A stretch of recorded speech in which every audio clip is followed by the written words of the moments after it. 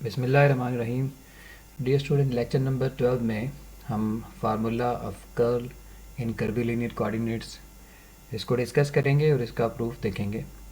तो इसकी एक्सप्लेनेशन और एक्सपेंशन जो थी ये एक लार्ज फॉर्म में थी, जिसकी वजह से हमने इसको एक डिटर्मिनेंट की फॉर्म में लिख लिया है। तो यहाँ से डिटर्मिनेंट से इसको समझना भी आसान है और याद रखना भी आसान है।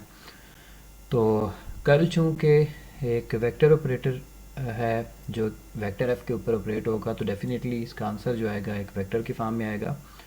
जिस तरह से हमने क्रॉस प्रोडक्ट के अंदर सीखा था, दो वेक्टर का क्रॉस प्रोडक्ट जो है उसको एक डिटर्मिनेंट की फॉर्म में लिख सकते थे।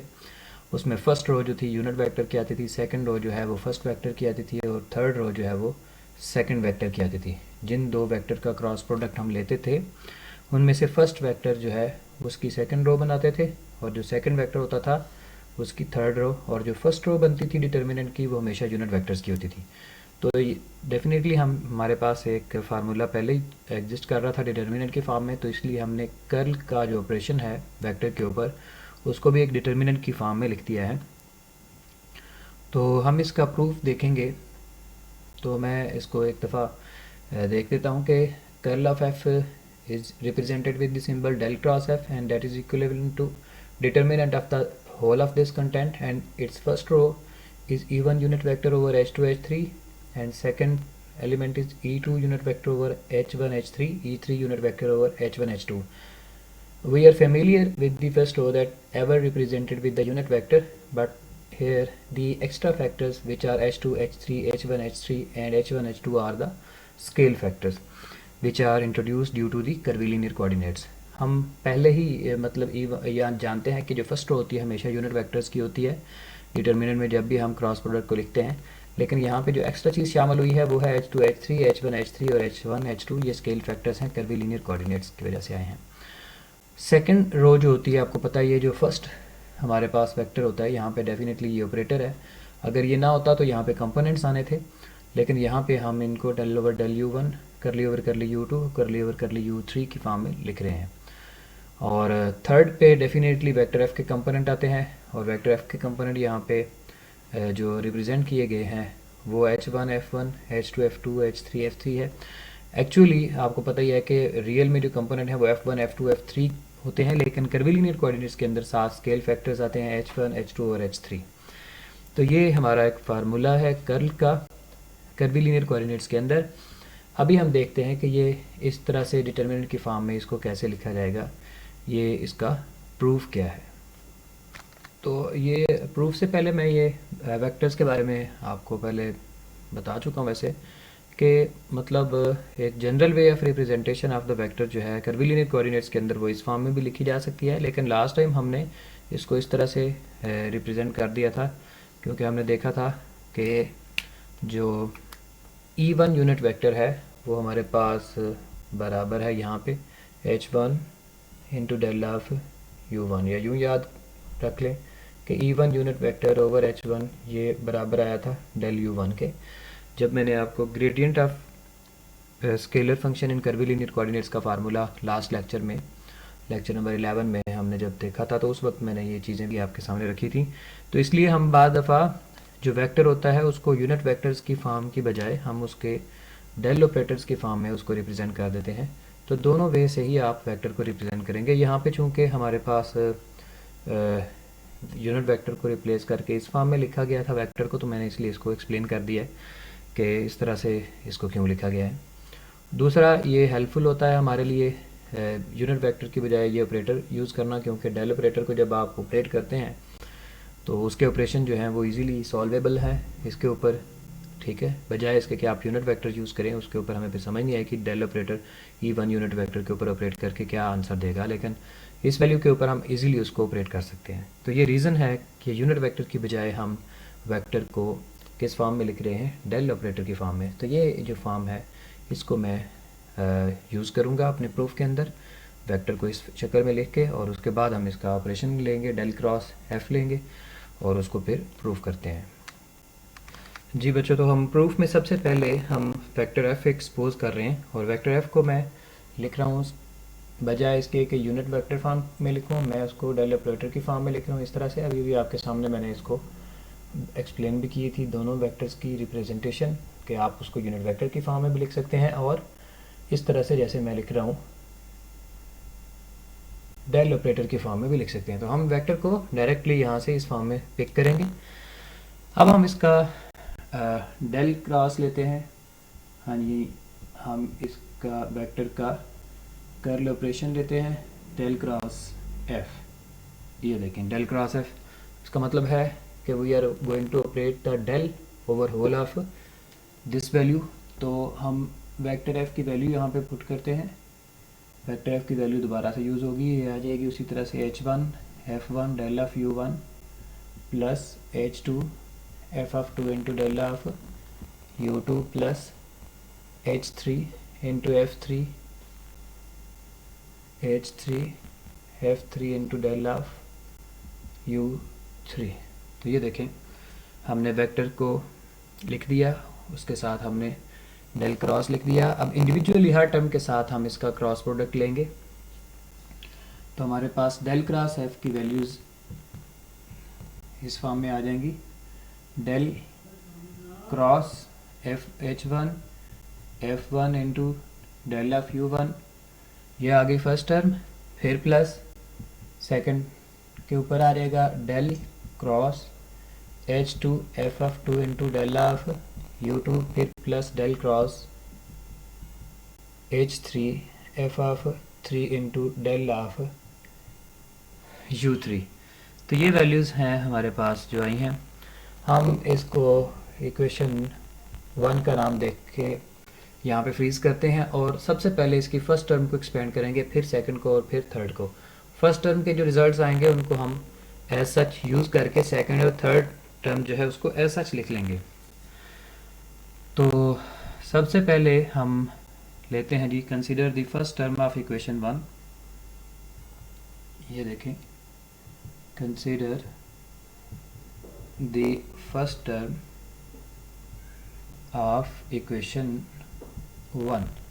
अगर हम फर्स्ट टर्म लेते हैं इक्वेशन 1 की, तो फर्स्ट टर्म हमारे पास है जी del cross h1 f1 into del of u1, ये आ गई फर्स्ट टर्म। अब आप देखें ये जो टर्म है ये डेफिनेटली ये जो ऑपरेटर है ये एक डेरिवेटिव का ऑपरेटर है। तो डेरिवेटिव के रूल्स को हम फॉलो करेंगे कि ये मल्टीप्लिकेशन हो रही है, प्रोडक्ट रूल लगेगा इस पर, और क्रॉस जो है वो भी अपनी जो पोजीशंस है वो आप मेंटेन रखेगा। साथ साथ हम क्रॉस को भी यूज़ करेंगे और साथ साथ हम इस डेल ऑपरेटर को इसके ऊपर ऑपरेट करेंगे। इसमें देखें दो पार्ट हैं, ये वाला जो पार्ट है हमारे फंक्शन का ये स्केलर पार्ट है और ये वाला जो पार्ट है ये वेक्टर पार्ट है। तो हम इसको दो फंक्शन में डिवाइड कर देते हैं, तो प्रोडक्ट रूल लगाते हैं। तो सबसे पहले हम लिखते हैं derivative of the first function. Let's say कि हम इसको इस तरह से लिख देते हैं। ये देखें derivative of the first function किस तरह से लिखा जाएगा, ये आ जाएगा डेल क्रॉस एफ ऑफ 1। हाँ जी सॉरी, तो अपना फर्स्ट फंक्शन चूँकि स्केलर है उसके ऊपर हम डायरेक्टली इसको ऑपरेट करेंगे डेल ऑफ h1 f1, ये आ गया derivative of the first function. फिर क्रॉस उसी तरह से रहा और हम लिखेंगे यहाँ पे डेल ऑफ u1 उसी तरह से, सेकंड फंक्शन को यानी उसी तरह से लिख दिया। ये आप इसको समझ ले थोड़ा सा कि हमने फर्स्ट अटेम्प्ट में क्या किया है कि फर्स्ट फंक्शन का डेरिवेटिव ले लिया, ये देखें क्रॉस को उसी तरह से लिख दिया और जो सेकंड फंक्शन था वो भी उसी तरह से आ गया। फिर हम लिखेंगे प्लस, प्लस के बाद देखें अब चूँकि फर्स्ट फंक्शन को हम पहले डेरिवेटिव कर चुके थे, उसका डेरिवेटिव ले चुके थे, उसको हम ऐसा सच लिखेंगे। ये देखिए मैंने h1 f1 को ऐसा सच लिख दिया, ये आ जाएगा h1 इंटू एफ ऑफ 1। और डेरिवेटिव लेंगे सेकंड फंक्शन का, तो del cross del of u1 आ जाएगा, ये सेकंड फंक्शन का डेरिवेटिव आ गया। तो ये इस तरह से हमने इसको एक्सपेंड किया है। अब हमें पता है कि ये है ग्रेडियंट, डेल ऑफ u1 क्या होता है, ग्रेडियंट होता है, और कर्ल ऑफ ग्रेडियंट जो है वो ज़ीरो होता है। इसलिए हम इस टर्म को ज़ीरो कर देंगे। डेल क्रॉस डेल u1 जो है ये क्या चीज़ है, ये है कर्ल ऑफ ग्रेडियंट जो कि हमेशा ज़ीरो होता है, तो ये ज़ीरो के बराबर आ जाएगा। तो कर्ल ऑफ ग्रेडियंट ये ज़ीरो आ गया, तो ये टर्म सारी इसमें से ख़त्म हो गई, हमारे पास पीछे ये टर्म बची है बस। तो इसको फिर दोबारा से देखें जी, हम फिर से इसको एक्सप्लेन करते हैं कि ये टर्म है del of H1, del of H1 into F of one cross del U1। तो इस टर्म को देखें, मैं एक्सपेंड करता हूँ, ये है ग्रेडियंट ऑफ स्केलर। तो पहले ग्रेडियंट ऑफ स्केलर की एक्सपेंशन कर लेते हैं। हमने फार्मूले पढ़े थे इसके ग्रेडियंट के। ग्रेडियंट का फार्मूला एक डेल ऑपरेटर की फॉर्म में जो था वो ये था, करली by curly U1 into F of one H1 F of one into del U1, ये आ जाएगा। यानी हमने इसको स्केलर के तौर पे ले लिया और साथ डेल U1 लिख दिया। फिर इसी तरह से आ जाएगा प्लस करली बाय करली U2, ये आ जाएगा करली बाय करली U2 इंटू, फिर दोबारा से देखें यहाँ पे जो स्केलर है वो है H1 F1, तो इसकी जगह पे आ जाएगा H1 F1 और साथ क्या आ जाएगा डेल ऑफ U2। ये ग्रेडियंट का फार्मूला जो डेल ऑपरेटर की शक्ल में हमने लास्ट लेक्चर में सीखा था उसको हम अप्लाई कर रहे हैं। फिर आ जाएगा प्लस करली by curly U3 into H1 F of one into del of U3। तो ये हमने जस्ट क्या किया है, इसके ग्रेडियंट के फार्मूले को एक्सपेंड किया है। आपको याद होगा कि ये फार्मूला हमने यूनिट वेक्टर की फॉर्म में भी सीखा था, लेकिन उसको हम यूज़ नहीं कर रहे। उसमें हम सिंपल क्या करते थे, करली फाई ओवर करली U1 into E1 unit vector over H1 लिखते थे, या 1 ओवर H1 करली बाय करली U1 करली फाई ओवर करली U1 into E1 unit vector. तो E1 unit vector over H1 unit vector चूँकि डेल U1 के बराबर होता है तो इसलिए रिप्लेस कर दिया। बहरहाल आप पिछले लेक्चर को देखेंगे तो ये जस्ट हमने फार्मूला अप्लाई किया है ग्रेडियंट ऑफ स्केलर का कर्वीलिनियर कोऑर्डिनेट्स में। लास्ट लेक्चर को देखें तो आपको समझ आ जाएगी। क्रॉस लिया जा रहा था इसका किसके साथ, ये देखें इसकी सेकंड पार्ट, ये तो ज़ीरो हो चुका था, ये सारी वैल्यू ज़ीरो हो चुकी है, इसको तो मैं लिख नहीं रहा, मैंने सिर्फ इसको एक्सपेंड किया है। उसकी एक्सपेंशन के बाद मेरे पास ये टर्म आई है, क्रॉस उसी तरह से मैंने लिख दिया। और इसकी जो सेकंड टर्म है ये वाली डेल U1, उसको भी मैं एज सच लिख रहा हूँ, ये आ जाएगा del cross of del U1।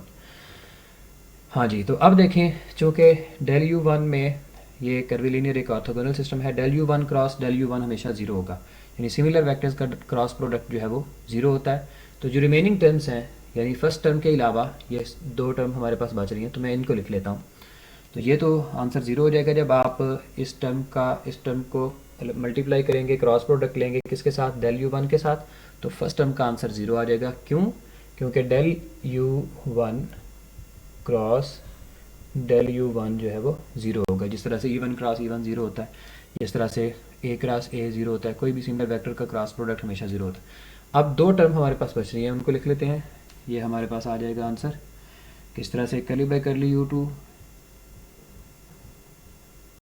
Into H1 F of one into del U2 cross del U1, del U2 cross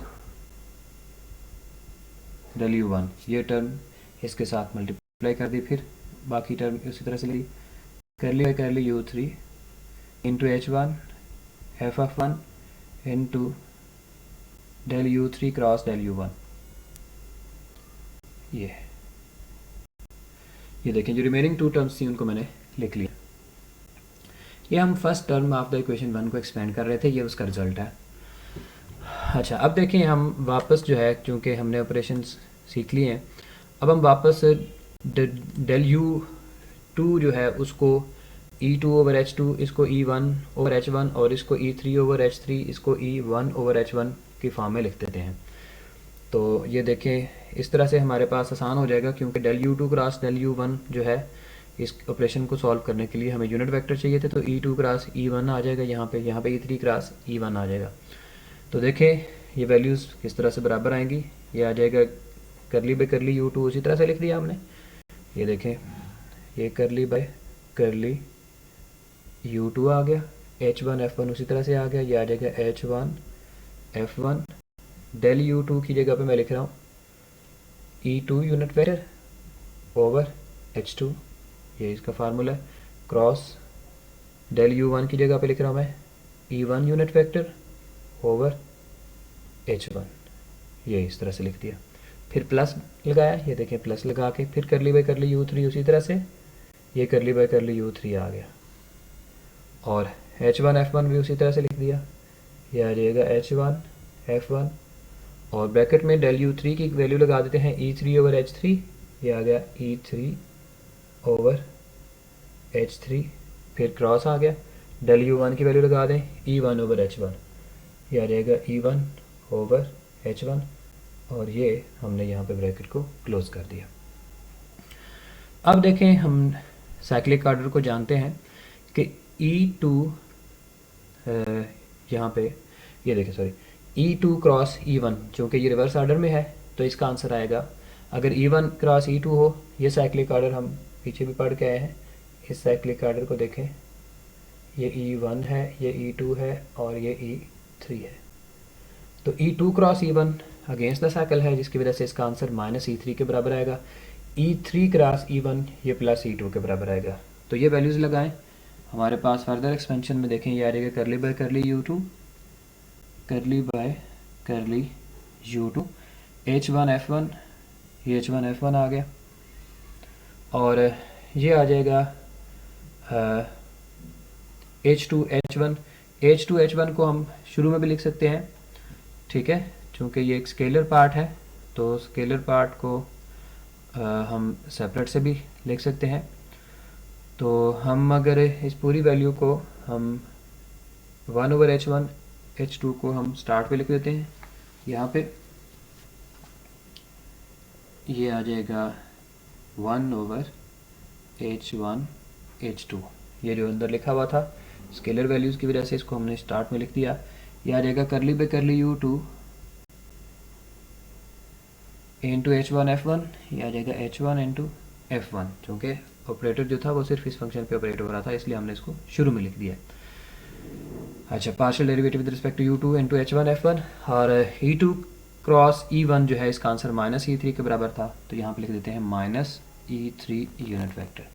ये माइनस आप यहाँ पे लिख दें, शुरू के अंदर यहाँ पे लिख दें, तो ये रिजल्ट आ गया इंटू E3 यूनिट वेक्टर। ये देखें, इसी तरह से इसकी जो सेकंड टर्म है ये वाली, इस टर्म को देखते हैं, इसमें H3 H1 को स्टार्ट में लिख दें, ये आ जाएगा 1 over H1 into H3 E3 sorry करली बाय करली U3, करली by curly U3 into H1 F1, ये लिख दिया।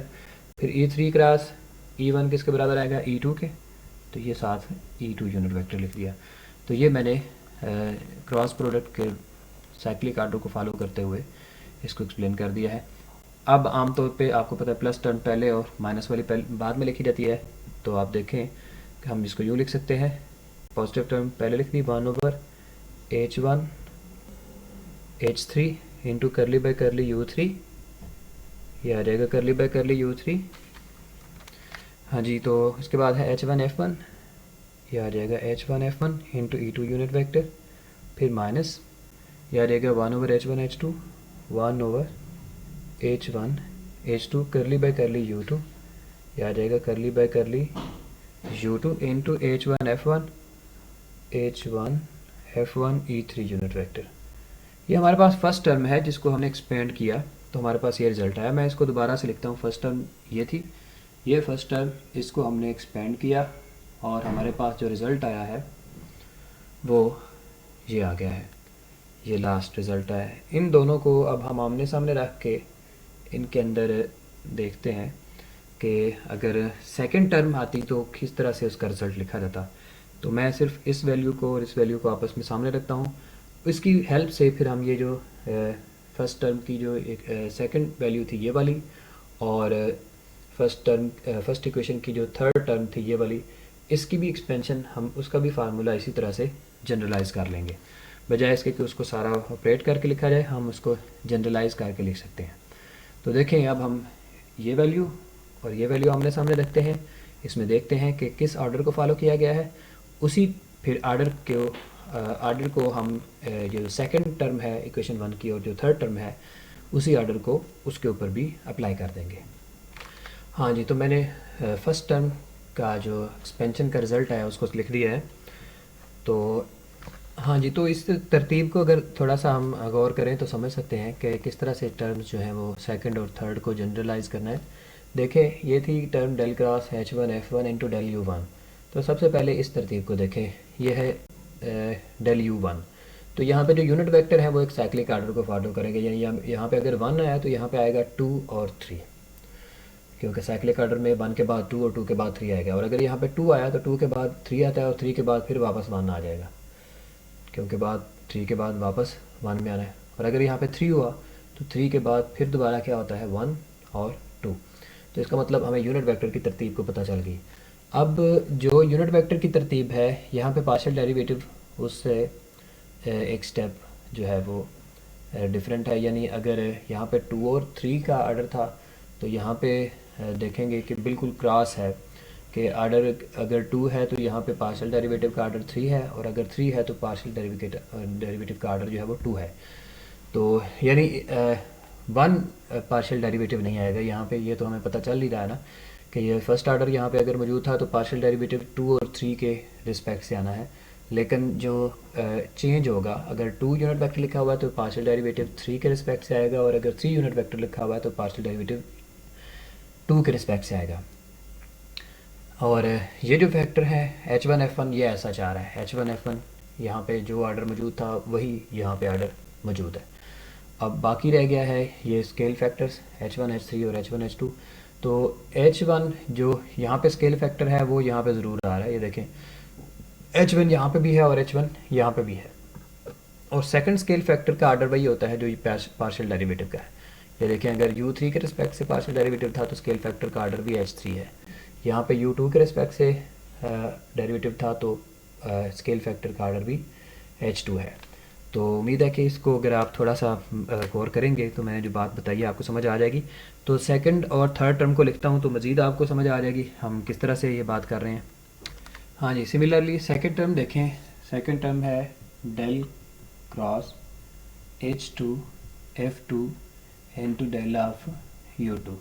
तो जो अब जिस तरतीब से मैंने आपको बोला है अभी कि किस तरह से जनरलाइज़ करना है, उसी तरतीब को ध्यान में रखते हुए मैं इसको सबसे पहले तो देखें, अगर U2 है तो हम यूनिट वेक्टर की तरतीब देखेंगे। 2 के बाद 3 यूनिट वेक्टर आएगा, तो सबसे पहले यूनिट वेक्टर को लिख लेते हैं। ये E3 यूनिट वेक्टर आ गया, फिर माइनस ये 3 के बाद ये E1 यूनिट वेक्टर आ गया, यानी यूनिट वेक्टर सबसे पहले लिख दिए।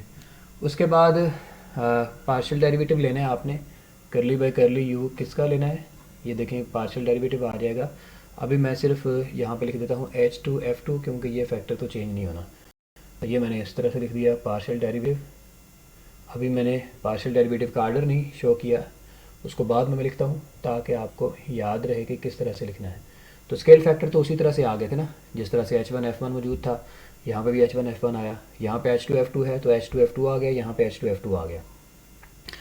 अब देखें, मैंने बोला था कि हमने जो पार्शियल डेरिवेटिव का आर्डर है वो यूनिट वेक्टर के अपोजिट लेना है। 3 है तो यहाँ पे क्या आ जाएगा, 3 है तो यहाँ पे क्या आ जाएगा, 1 आ जाएगा, क्योंकि सेकंड जो है वो है 1 है, और यहाँ पे 1 है तो 3 आ जाएगा, यानी क्रॉस आर्डर फॉलो किया जा रहा है। यहाँ पे जैसे था तो 2 था 3 आ गया था, यहाँ पे 3 था तो 2 आ गया। तो अगर यहाँ पे 3 है तो 1 2 तो आ नहीं सकता, वो मैंने पहले भी आपको बताया था कि जो आर्डर यहाँ पे हमारे पास ये आर्डर मौजूद है, उस आर्डर की ना तो यूनिट वेक्टर्स आ रहे हैं और ना ही पार्शियल डेरिवेटिव आ रहे हैं। बाकी वैल्यू हमारे पास मैंने बोला था कि जो आर्डर यहाँ पे होना है किसका, पार्शियल डेरिवेटिव का होना है, वही यहाँ पे स्केल फैक्टर का आ जाना है। तो यहाँ पे H1 आ जाएगा, ये देखें H1 स्केल फैक्टर आ गया, और यहाँ पे स्केल फैक्टर आ जाएगा H3। जो आर्डर जो मैंने बोला था पार्शियल डेरिवेटिव का होगा वही यहाँ पे आ जाएगा, और एक स्केल फैक्टर जो ये वाला आर्डर पीछे मौजूद होता है ये H2 है, वही स्केल फैक्टर यहाँ पे आएगा। तो देखें, मैं आपको जो तरीका बताया था के रिस्पेक्ट से मैंने ये टर्म्स लिख दी हैं।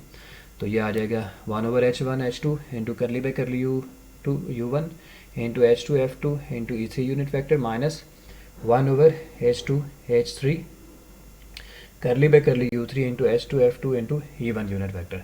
इसी तरह से थर्ड टर्म देखें, थर्ड टर्म में हम फिर दोबारा लिखेंगे डेल क्रॉस थर्ड टर्म थी H3F3 H3 into F3 into del of U3। तो इसको देखें किस तरह से, उसी तरह से हम एक्सप्लेन करेंगे। तो यहाँ पे जो ऑर्डर है वो 3 है, तो 3 के बाद साइक्लिक ऑर्डर क्या आता है 1 और 2। तो इसलिए मैं यहाँ पे लिखूँगा यूनिट वेक्टर 1 और यहाँ पे यूनिट वेक्टर लिख दूँगा 2। 3 के बाद फिर दोबारा आता है ऑर्डर 1 आता है, 1 के बाद 2 आता है।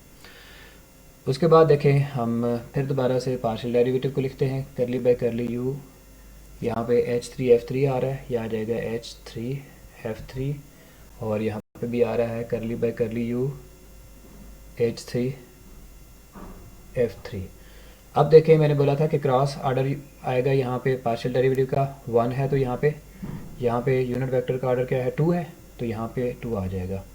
और यहाँ पे देखें यूनिट वेक्टर का ऑर्डर 1 है, तो यहाँ पे वो 1 आ जाएगा। यानी अगर यहाँ पे यूनिट वेक्टर का जो ऑर्डर होगा वो सेम ऑर्डर नहीं आएगा, बल्कि क्रॉस ऑर्डर आएगा जो यहाँ पे यूनिट वेक्टर का ऑर्डर मौजूद था। पीछे स्केल फैक्टर रह गया, तो मैंने आपको पहले बताया था कि जो ऑर्डर पार्शियल डेरिवेटिव का होगा वही स्केल फैक्टर का होगा। ये देखें 1/h2 आ गया, यहाँ पे 1/h1 आ गया, जो पार्शियल डेरिवेटिव का ऑर्डर था वही रख दिया। और जो एक स्केल फैक्टर यहाँ पे जो मौजूद होता है वो उसी तरह से आ जाता है H3 और ये भी H3। तो ये मैंने जो थर्ड टर्म है उसको भी एक्सप्लेन कर दिया है। तो अब इक्वेशन 1 में हम वापस जाते हैं। तो इक्वेशन 1 में चूँकि ये तीनों टर्म्स ऐड हो रही थी, फर्स्ट सेकंड और थर्ड, तो इन सब को ऐड कर दें। तो ऐड करने के बाद अगर आप देखते हैं तो उसको एक डिटर्मिनेंट के फॉर्म में लिखा जा सकता है। So first term so equation 1 becomes del cross F is equal to first term जो आंसर आया था उसको लिखा 1/h1 H3, सारी टर्म्स ऐड हो रही हैं, करली by curly U3 into H1 F1 into E2 unit vector minus 1/h1 H2 करली by curly U2 into H1 F1 into E3 unit vector. फिर सेकंड पे आ जाएगा, सेकंड टर्म ऐड होगी, फिर आ जाएगा जी plus 1/h1 H2 H1 into curly by curly U1 H2 F2 into E3 unit vector minus 1/h2 H3 करली by curly U3 into हाँ जी, करली बाय 1/h2 H3 करली by curly U3 into H2 F2 into E1 unit vector. फिर last term आ जाएगी plus ये वाली थी last term 1/h3 H2 करली by curly U2 H3 into F3 into E1 unit vector minus 1/h3 H1 करली by curly U1 into H3 F3 E2 unit vector. तो ये एक काफ़ी लंबा फार्मूला है जिसको याद रखना मुश्किल होगा डेफिनेटली, यही वजह है कि हम इसको एक डिटर्मिनेंट की फॉर्म में लिखते हैं। तो ये सारी वैल्यूज़ जो मैंने ऊपर लिखी हैं, अगर आप इसको आसान समझते हैं तो आप इसको एक डिटर्मिनेंट की फॉर्म दे दें। ये देखें हम इसको डिटर्मिनेंट की फॉर्म दे देते हैं, तो उसकी फ़र्स्ट रो जो होगी वो बराबर आएगी E1 unit vector divided by H2 H3 into second element आ जाएगा E2 unit vector over H1 H3 E3 unit vector divided by H1 H2।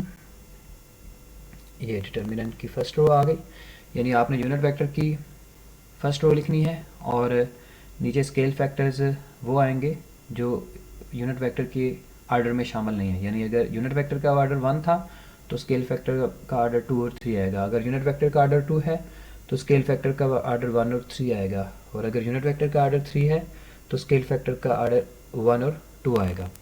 इसी तरह से जो सेकंड रो थी मैंने बोला था कि वो बराबर होती है पार्शियल डेरिवेटिव्स की, करली बाय करली u1, ये आ जाएगा करली बाय करली u2, ये आ जाएगी करली बाय करली u3। ये सेकेंड रो आ गई।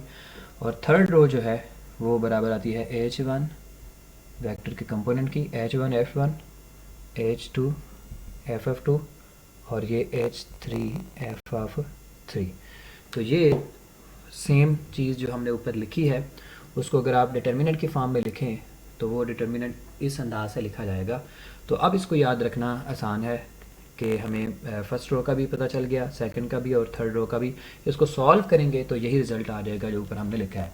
सो डेल क्रॉस एफ यानी curl of the vector in curvilinear coordinates, उसका ये फार्मूला है। बाज़ दफ़ा आप ये जो h यहाँ पे बाहर 1/h1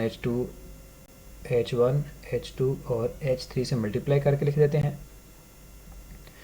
अगर आप बाहर यहाँ पे 1/h1 h2 h3 से मल्टीप्लाई भी कर दें और डिवाइड भी कर दें, इस तरह से डिटर्मिनेंट को अगर h1 h2 h3 से मल्टीप्लाई भी कर दिया जाए और डिवाइड भी कर दिया जाए, यानी एक फार्मूला तो पहले मैंने बता दिया कि इसके अलावा जो फार्मूला है ये फार्मूला एग्जैक्ट है, आप इसको याद रख लें, इट इज़ एप्लीकेबल। ये जो फार्मूला अभी आपके सामने लिखा हुआ है ये एक एप्लीकेबल फार्मूला है, हम इसको इसी तरह से याद रखते हैं। लेकिन सेकंड फॉर्म भी इस तरह से लिखी जाती है बाज़ दफ़ा कि आप बाहर डिटर्मिनेंट को h1 h2 h3 से मल्टीप्लाई भी कर दें और डिवाइड भी कर दें। ये देखिए मैंने मल्टीप्लाई भी किया और डिवाइड भी किया।